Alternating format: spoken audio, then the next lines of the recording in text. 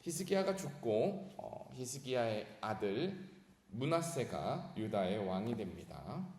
본문 1절에 보면 므낫세가 왕이 될 때에 나이가 12세라 예루살렘에서 55년간 다스리니라 이렇게 나와 있어요.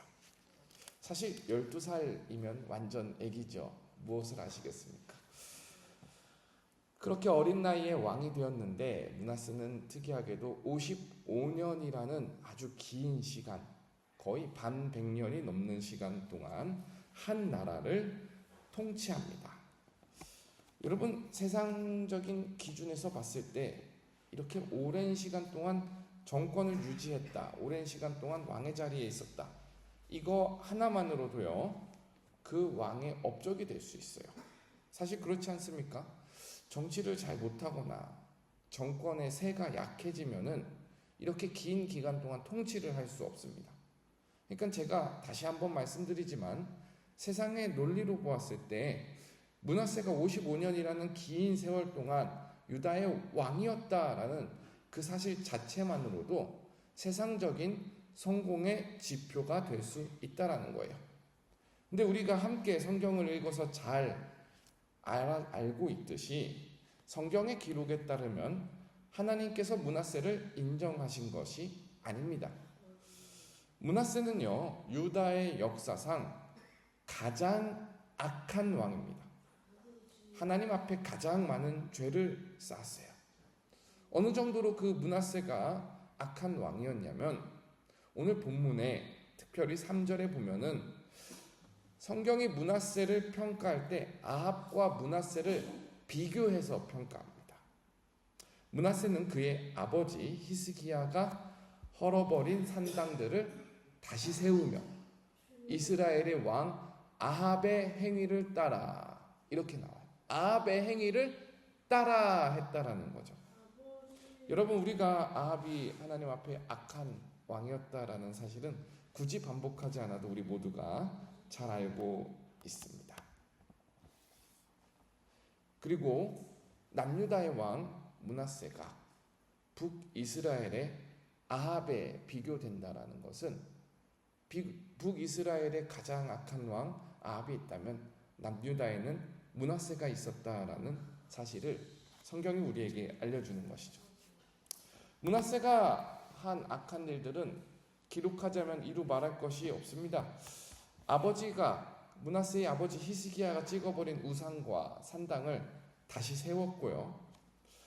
하나님만을 섬기기를 거부하고 다른 신들을 함께 섬겼습니다.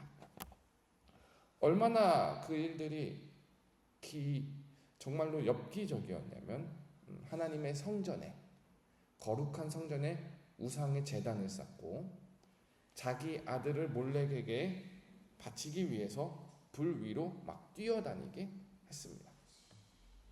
성경이 금지하는, 율법이 하지 말라 하는 것은 다 했다라는 것이죠. 근데 우리가 기억해야 할 것이 하나님께서 약속의 땅을 이스라엘 백성에게 주실 때 하나님께서 조건을 함께 주셨어요. 언약의 조건을 함께 주셨어요.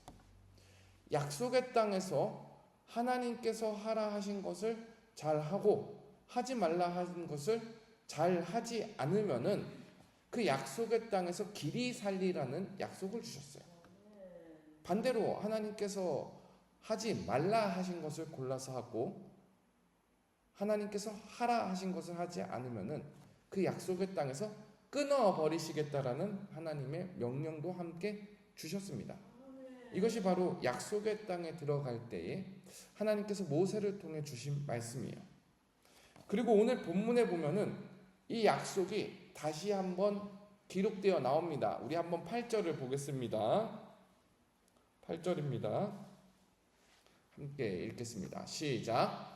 만일 이스라엘이 나의 모든 명령과 나의 종 모세가 명령한 모든 율법을 지켜 행하면 내가 그들의 발로 다시는 그의 조상들에게 준 땅에서 떠나 유리하지 아니하게 하리라 하셨으나, 하나님의 약속이 잘 요약되어서 나와 있죠. 자, 그러면요 지금 므낫세가 하나님께서 하지 말라고 하신 것, 하나님께서 악하다고 생각하시는 것은 다 골라서 하고 있어요. 근데 우리가 서두에 말했듯이 므낫세가 몇 년이나 유다를 통치했다고 했죠? 55년이에요. 굉장히 긴 시간이에요. 그러면 우리는 여기서 질문을 던져볼 수 있습니다. 하나님, 므낫세가 이렇게 악한 왕인데 약속의 땅에서 쫓겨나지도 않고 어떻게 하나님께서는 55년 동안이나 므낫세를 그 나라의 왕으로, 영향력 있는 사람으로 남겨둘 수 있습니까? 자, 이런 질문을 한번 다르게 적용을 해볼게요. 하나님, 우리 주변에 이단들이 참 많습니다. 이단들이 사람들의 그 생계와 생활과 영성을 갉아먹고 하나님의 진리를 왜곡하면서 아주 못된 일들만 골라서 하는데, 왜 이단들이 이 땅에서 더 화려한 건물, 더 큰 교세를 가지고 있습니까? 이거 바꿔서 우리에게 적용해서 해보면은 똑같은 질문 아닙니까? 또 같은 맥락에서 우리가 이렇게 질문할 수 있습니다. 하나님, 세상에 악한 사람들이 오히려 더 잘 살아가는 것 같아요. 큰 소리치고 때로는 이 부조리 가운데서 세상에 정말로 그들이 많은 것을 독점하고 누리고 있는 것 같습니다. 하나님, 왜 그런 사람 내버려 둡니까? 그럼 또 이 질문을 우리 가운데로 한번 끌고 들어와 볼게요. 이렇게 질문하는 사람 없겠지만,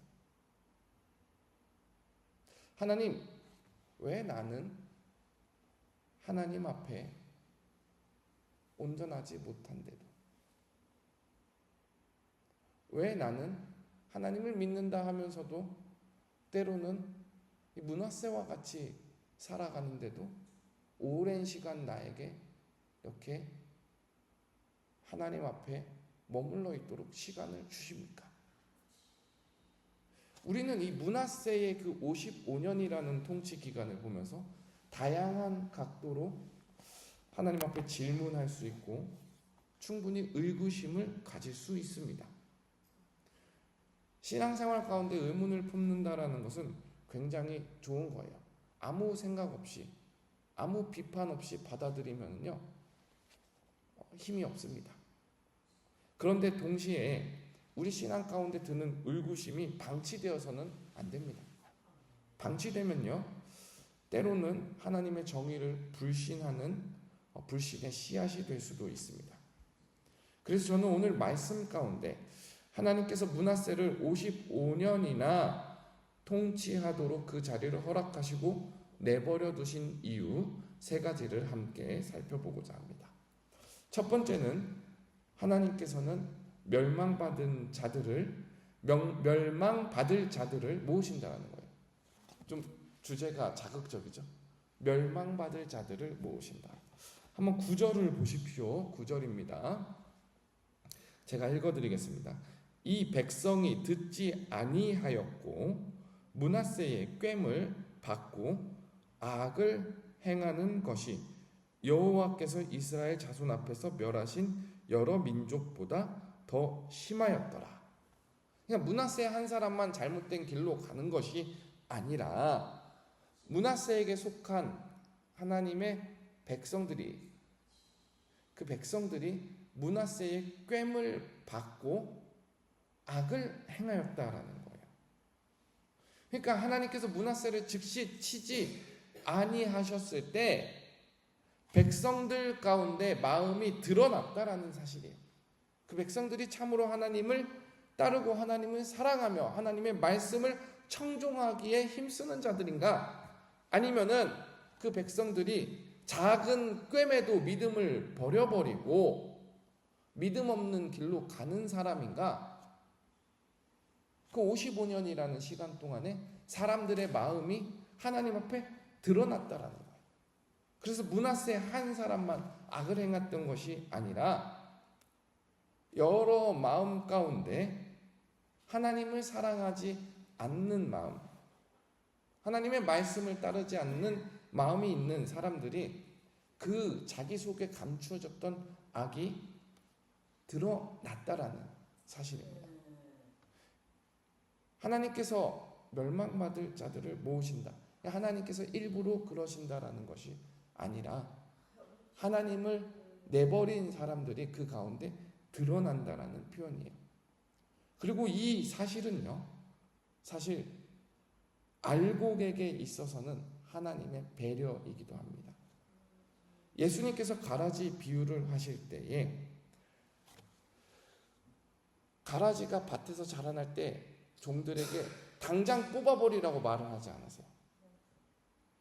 가라지를 뽑다가 혹시 건강하게 자라는 알곡마저도 해해버릴까봐 예수님께서는 내비 두라라고 말씀하십니다.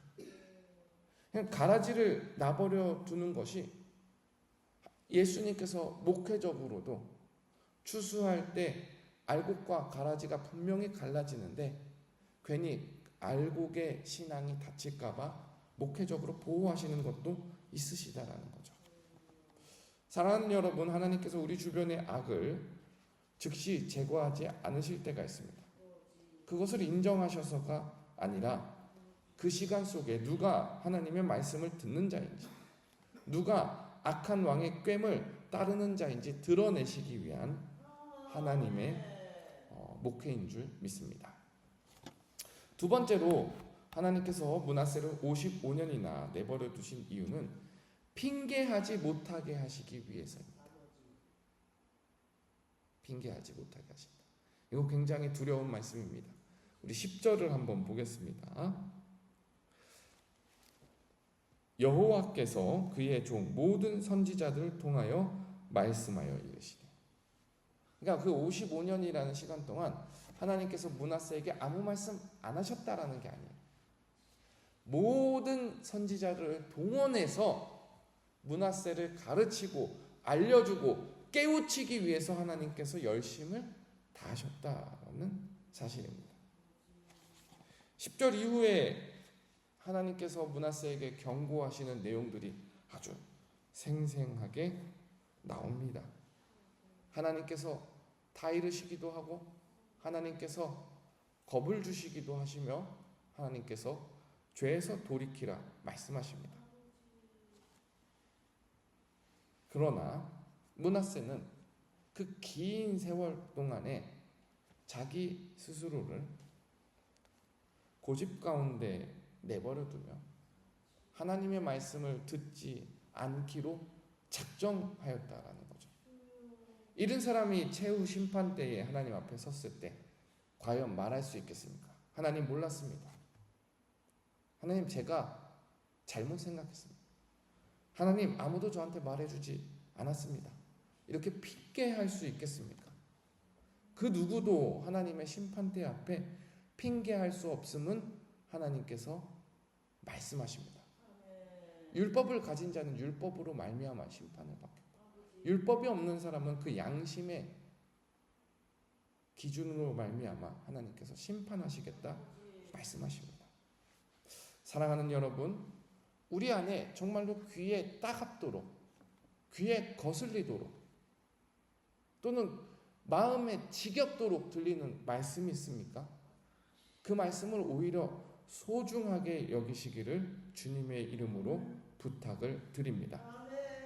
그것이 하나님께서 우리를 핑계하지 못하게 하시며 그것이 하나님께서 우리를 옳은 길로 돌이키게 하는 아주 귀한 말씀인 줄 믿습니다. 세 번째로 하나님은 55년 동안의 모든 일을 다 기억하신다라는 사실입니다. 우리 17절을 한번 같이 읽어보겠습니다. 17절입니다. 시작. 므낫세의 남은 사적과 그가 행한 모든 일과 범한 죄는 유다 왕 역대지략에 기록되지 아니하였는가. 그러니까 하나님께서 므낫세가 행한 모든 일과 그리고 뒤에 뭐라고 쓰죠? 범한 죄는 모든 일과 모든 범한 죄는 다 기록하여 알고 계시다라는 거죠. 근데 정말로 이것이 두려운 사실이요. 히스기야의 경우에는 히스기야가 죽을 때 열왕기하 20장 20절에서 어떻게 말했냐면 히스기야의 남은 사적과 그의 모든 업적과 저수지와 수도를 만들어 물을 성 안으로 끌어들인 일은 유다 왕 역대지락에 기록되지 아니하였느냐. 그러니까 하나님께서는 그 행한 일을 모두 기억하신다. 그리고 사실 보통 왕의 기록을 역대지략에 남겨둘 때에는 업적을 남겨둔다라는 사실이죠. 근데 므낫세 같은 경우에는 하나님께서 그 므낫세의 모든 악행을 범한 죄를 다 남겨두셨다라는 말씀입니다. 사랑하는 여러분, 악인이 당장 무너지지 않는다 해서 그 길을 하나님께서 인정하시는 것이 아닙니다. 하나님께서는 하나님 없이 사는 사람, 그리스도를 믿지 않는 사람, 또 그리스도를 믿는다라고 입으로 거짓말하면서 회개하지 않는 사람은 하나님께서 분명히 작정하신 때에 작정하신 방법으로 심판을 내리십니다. 우리는 이 므낫세의 55년을 부러워할 것이 아니라 하나님의 오래 참으심 가운데 그 오래 참으심을 감사하고 두려워해야 될 줄 믿습니다. 사랑하는 여러분, 우리 그것 잘 아십니까? 악한 사람들을 보면 우리는 손가락질 잘 합니다. 그거 손가락질 하는 거 할 수 있죠. 근데요, 악한 사람들이 우리가 부러워할 만한 축복을 누리면 그것을 굉장히 부러워합니다. 그것이 사람이에요. 그래서 때로는 내가 못마땅하다 하는 이 세상의 부조리가 눈에 보일 때 우리 마음속에서는 비교의식이 발동하기 시작해요. 하나님, 나 주님 믿으려고 이렇게 발버둥 치면서 양심 지키려고 이렇게 열심히 살아가고 있는데 왜 나는 이렇게 내버려 두시고 정말로 양심에 털난 듯이 살아가는 저 사람 저렇게 그냥 잘 먹고 잘 살도록 하십니까?